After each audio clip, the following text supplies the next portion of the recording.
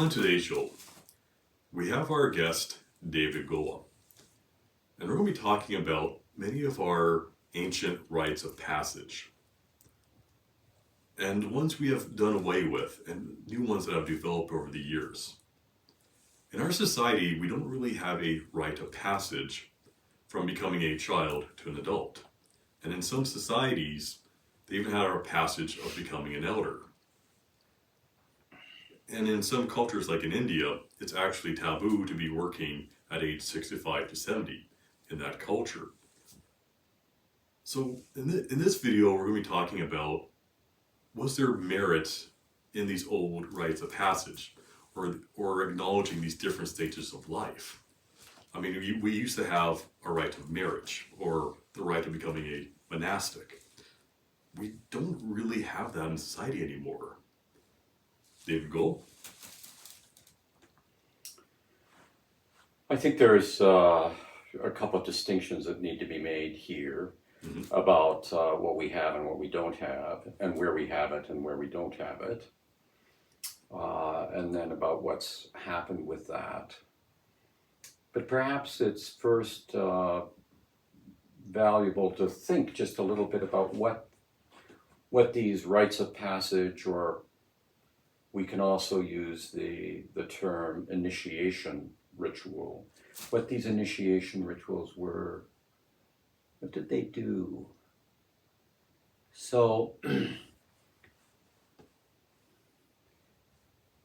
there are several experiences that human beings have, which are deeply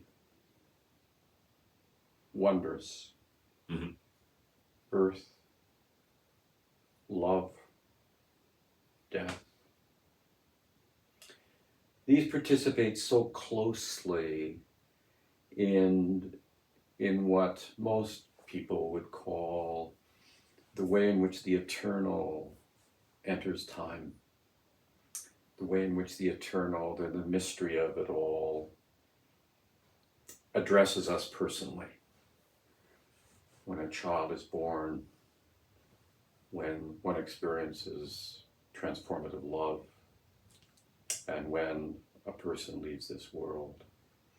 So initiation rituals share a particular kind of structure. That is, they almost all speak about a death, first and foremost. Okay. And then about a new birth. So that's where the term rites of passage comes from. A passage from something which is no longer to something which is new. So in communities now, and always, which are religious, where religious disciplines are still treasured, and where communities gather, these rites of passage are very much alive. These initiations take place regularly. You and I have been present at a number of them. Yes. At our particular church: baptism, marriage, funerals, the tonsuring of monks, the initiation to the priesthood. Another initiation that often isn't thought of that way, but clearly is confession. Because confession is letting go of the old life and orienting yourself to something new. So all initiation rituals, virtually all initiation rituals, have at their heart a descent, a kind of recognition that something has died, and language for something that is opening up, something that is coming to be new in our life. The other key element of them is that these rituals are not just for the person, they're for the community. They're not simply saying something about the individual, but they're saying something up to the community about that person. So the initiation isn't just of that person, it's an initiation of the community into that person's new life. So for example, when we baptize a child, in the Orthodox Church, we are speaking as much to the community as we are speaking, in fact more so, than we are speaking about the nature of that child. Okay. We are helping the community come to realize that that child is not simply a member of their community. It is not initiation into the church. It's not initiation into the community. This is a misnomer. Some churches do that, but that's not the mystery of holy baptism according to St. John Chrysostom. The mystery of holy baptism is an initiation of the community. That is, the community in the presence of that child and of the baptism ritual comes to see vividly that that child is not first and foremost the progeny of its parents, not first and foremost a member of their tribe or their church, that that child is first and foremost the image of God in the world, the image of God in the world, and that they should not presume about that child from the perspective of parents' virtues and aspirations or those of your tribe. The child bears within it the image of God in the world. And for that reason, the child's life will be full of surprise and full of newness.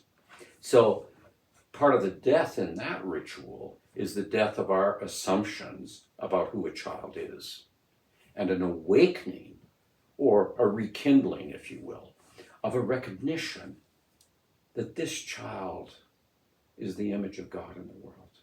And for that reason, we should not presume about the child. We should hold the child tenderly. We should bless the child, and we should be awake to the newness of life as it's going to unfold in the life of that child. So, in religious traditions, these initiation rites are still very much alive. But of course, our society, there are many people in our society who do not participate in a formal religious tradition. Mm-hmm. We have more nons, as they're called by Statistics Canada, people that do not declare any religion. We have more nons now than we do have people that identify as Christians, or at least it's a close percentage. And of course we have Sikhs and Hindus and Muslims and Jews. And for those who participate in those religious communities, these initiation rituals are still very much alive. Mm-hmm. But within the general secular society, I think you are correct, although we shouldn't overstate it. I mean, my old teacher, Mircea Eliade, the great scholar of the history of religions, he talked about the modern world and our form of modernity as being a kind of scrap heap of broken symbols, shattered myths, and rituals that also are not functioning very well. So it's curious to me, if you don't participate in a religious tradition, then how do we initiate you? How do you come to consider the power of love and the power of the sexual life? How are you initiated into that? How do you come to understand the power and mystery of death? And how are you initiated into that? Or do you even have any language for it? So this is curious about the modern world, that it is so anemic around these extraordinary matters of new birth, of love, and of death. It's very anemic around that. But that shouldn't surprise us, because the modern world has its own myths. And one of those myths is that the only thing that counts is progress. Another of its myths is that the only thing that counts is productivity. Mm-hmm. So we, if you want to see a little ritual associated with that, all you have to do is watch the opening bell for Wall Street every day.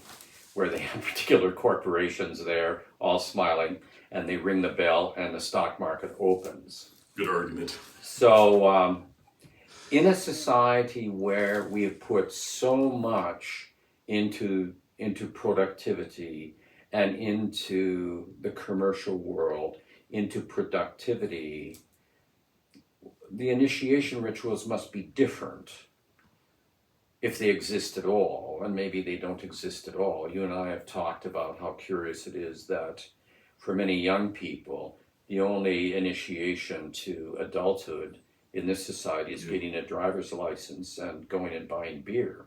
Well, that's pretty thin when it comes to the wonder of becoming an adult. I had a beautiful experience some years ago.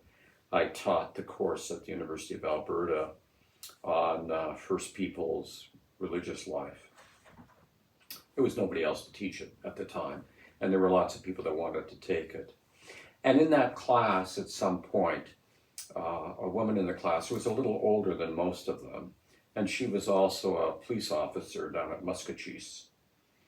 And she came to me after the class, this is after 5 or 6 classes, and told me she was going to miss the next couple of classes. And then she said, I'm going to miss them because my daughter has become a woman. And I said, oh, that is wonderful. What, if you wish to tell me, what do you do? She said, oh yes, we gather. I gather with my sisters, her aunts, and my mother, her grandmother, and we gather for 2 or 3 days just with her, just the women gathering with her. And we talk together and tell stories together. We gather around becoming a woman. I mean, that is a beautiful thing to hear. And so in our society, it's such a tragedy that these things are only talked about in either a physical form, or they're only talked about individually. There isn't a gathering and an initiation, because the initiation is really through coming to understand how others understand. And so to become a woman, to understand that, to hear the stories of your mother, your aunts, your grandmother, about the mystery of being a woman is an amazing thing, and must give you a more ground to stand on as you move into becoming a woman. The same, of course, would be true for young boys who are going to be initiated into being a warrior, or into being a hunter. These societies always had initiation rituals, and those rituals would help them overcome their fear, and would bring them into a new kind of solidarity with those that also were walking that path. So I think it is one of the sad things about our larger society that this has become, it's become so thin. One could think of graduation from university as a kind of initiation. But all you have to do is go to a graduation ceremony and watch the way in which it occurs, and look at what is said. Again, it is unbelievably thin, and it is highly individualistic. It's as if you've now got a piece of paper which grants to you the right to do whatever you want to do in the world, or some fantasy about how you can do anything you want to do. Well, that's never what initiation rituals have done within traditional societies. So we live in a world where the great story, the myth as I would call it, is production and wealth. Mm-hmm. And so it shouldn't surprise us that in that world there is no initiation except what you might be able to write as your latest deposit on your bank account. That is wrong on so many different levels. But I agree with you. But what do you think are the consequences of losing many of these rites of passage? Well, I think that is really an important question. Yeah. And I think the consequence is immaturity I agree on that one. and an inability to be present to very significant things in our life. If you are not initiated into love, for example, and the sexual life, then what will your images of love and the sexual life be? They will be Hollywood. largely drawn from Hollywood or someplace else. And so the chances of you having an ability to actually commit yourself to another human being, to open yourself to the wonder of love, becomes I don't know that it disappears or doesn't flourish, but I suspect it certainly isn't encouraged. It isn't given some help along the path. Whereas in traditional cultures, there's help along the path. Now, these rituals, these initiation rituals, can be abused, of course, as well. But at their best, they open you up to a deeper understanding, and they open you up to the mystery of it, so that you can sit in it with patience and wonder and anticipation.